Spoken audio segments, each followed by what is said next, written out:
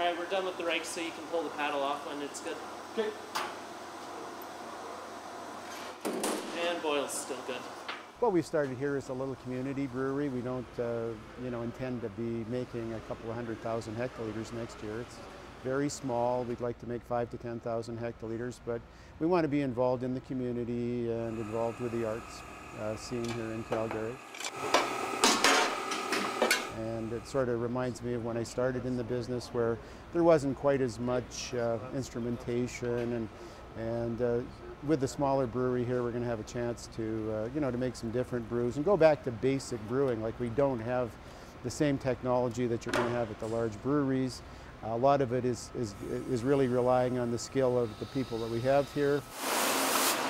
Basically, we're responsible for everything that goes on in the production side of the brewery. So we take care of the brewing, the filtering, the packaging. We will package growlers. Once a week we do like a full brewery clean. We try and keep this place as clean as possible. Our beer, as we have it now, takes between 15 and 18 days. And that's brewing through fermentation, through conditioning, through the carbonation right into packaging.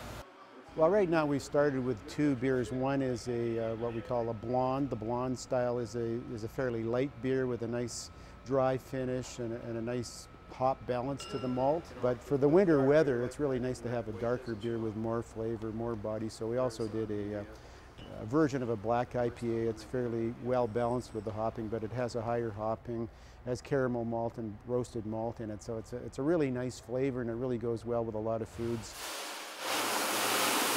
We're basically making it with all malt ingredients, so it's one of the most expensive beers to make in actual fact.